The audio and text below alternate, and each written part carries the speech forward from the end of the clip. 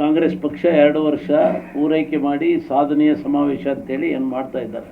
ನೀವು ಪತ್ರಿಕೆಗಳನ್ನು ತೆಗೆದು ದೇವ್ರ ಫೋಟೋ ನೋಡ್ತಿರಲ್ಲ ಗೊತ್ತಿಲ್ಲ, ಬೆಳಗ್ಗೆ ಪ್ರತಿದಿನ ಪತ್ರಿಕೆಗಳನ್ನು ತೆಗೆದ್ರೆ ಸಿದ್ದರಾಮಯ್ಯನವ್ರ ಮುಖ, ಡಿ ಕೆ ಶಿವಕುಮಾರ್ ಮುಖ ನೀವು ಮೊದಲನೇ ಪೇಜಲ್ಲಿ ನೋಡಲೇಬೇಕು. ಅಂದರೆ ಜಾಹೀರಾತಿನ ಒಂದು ಸರ್ಕಾರ ಇದು. 2 ವರ್ಷದ ಸಾಧನೆ ಅಂತೇಳಿ ಹೇಳಕ್ಕೆ ಹೋಗಲ್ಲ, 2ನೇ ವರ್ಷದ ಪುಣ್ಯತಿಥಿ. ಕಾಂಗ್ರೆಸ್ ಪಕ್ಷದ 2ನೇ ವರ್ಷದ ಪುಣ್ಯತಿಥಿ ನಾಳೆ ಹೊಸಪೇಟೆಯಲ್ಲಿ ಮಾಡ್ತಾ ಇದ್ದಾರೆ. ಏಕೆಂದರೆ ಒಂದು ಕಡೆ ಜಾಹೀರಾತು, ಇನ್ನೊಂದು ಕಡೆ ಬೆಲೆ ಏರಿಕೆ, ಜನರ ಜೇಬಿಗೆ ನೇರವಾಗಿ ದರೋಡೆ, ಲೂಟಿ, ವಾಟ್ ರಾಬರಿ ಆ್ಯಂಡ್ ಡಕಾಟಿ ಅಂತ ಹೇಳ್ತೀವಿ, ತೆರಿಗೆ ರೂಪದಲ್ಲಿ ಬೆಲೆ ಏರಿಕೆ ಮಾಡಿ ಇವತ್ತು ಡಕಾಟಿ ಲೂಟಿ ಮಾಡಿ 2 ವರ್ಷ ಪೂರೈಕೆ ಮಾಡೋಂಥ ಸರ್ಕಾರ ಖಂಡಿತವಾಗಿ ಜನ ಮನ್ನಣೆ ಪಡೆದಂಥ ಸರ್ಕಾರ ಅಲ್ಲ, ಜನರಿಂದ ತಿರಸ್ಕಾರ ಆಗುವಂಥ ಸರ್ಕಾರ.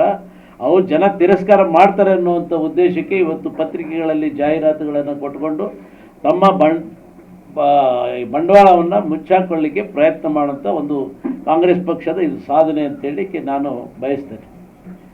ಇವತ್ತು ಒಂದು ವಿಷಯದಲ್ಲಿ ಮೇ 22ನೇ ತಾರೀಕು ಪಹಲ್ಗಾಮದಲ್ಲಿ 23 ಭಾರತೀಯ ಹಿಂದೂಗಳ ಮೇಲೆ 26 ಜನ ಭಾರತೀಯ ಹಿಂದೂಗಳನ್ನ ಅವರ ಧರ್ಮವನ್ನು ಕೇಳಿ ಅವರ ಹೆಂಡತಿಯರ ಮುಂದೆ, ಅವರ ಮಕ್ಕಳ ಮುಂದೆ, ತಾಯಂದಿರ ಮುಂದೆ ಪಾಕಿಸ್ತಾನಿ ಭಯೋತ್ಪಾದಕರು ಹತ್ಯೆ ಮಾಡಿದರು.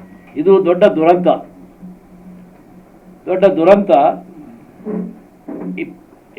ಇದು ಏಪ್ರಿಲ್ 22 ನಡೀತು.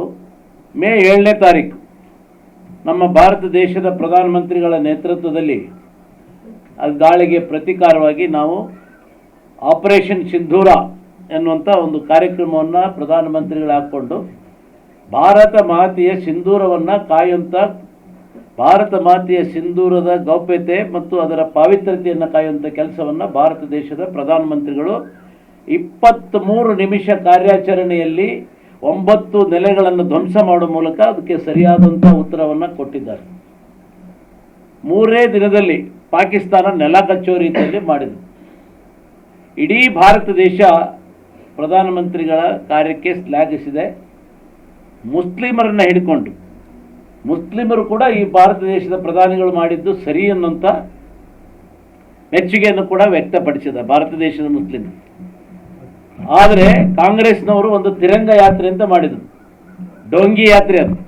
ಯಾಕೆ ಅಂತ ಹೇಳಿದರೆ ಅವರಿಗೆ ಈ ತುಷ್ಟೀಕರಣದ ಕಳಂಕ ಹತ್ತಿಬಿಟ್ಟಿದೆ. ಎಲ್ಲಿ ಪಾಕಿಸ್ತಾನದವ್ರನ್ನ ನೇರವಾಗಿ ಇವರು ಎದುರಿಸೋಕ್ಕಾಗೋದಿಲ್ಲ, ಇವತ್ತು ಅವ್ರನ್ನ ಹೊಗಳಕ್ಕಾಗೋದಿಲ್ಲ. ಅದಕ್ಕೆ ಏನು ಮಾಡಿದರು, ಒಂದು ತಿರಂಗ ಯಾತ್ರೆ ಅನ್ನೋಂಥದ್ದು, ಡೋಂಗಿ ಯಾತ್ರೆಯನ್ನು ಮಾಡಿ ತಮಗೆ ಹತ್ತಿದಂಥ ಕಪ್ಪು ಮಸಿಯನ್ನು ತೊಳ್ಕೊಳ್ಳಿಕ್ಕೆ ಪ್ರಯತ್ನ ಮಾಡಿದ್ದಾರೆ.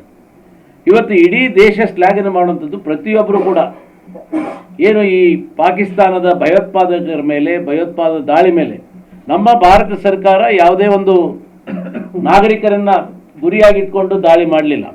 ಆದರೆ ನೇರವಾಗಿ ಭಯೋತ್ಪಾದಕರ ನೆಲೆಗಳೆಲ್ಲಿದ್ದಾವೆ ಅಲ್ಲಿ ಧ್ವಂಸ ಮಾಡಿದ್ದಾರೆ.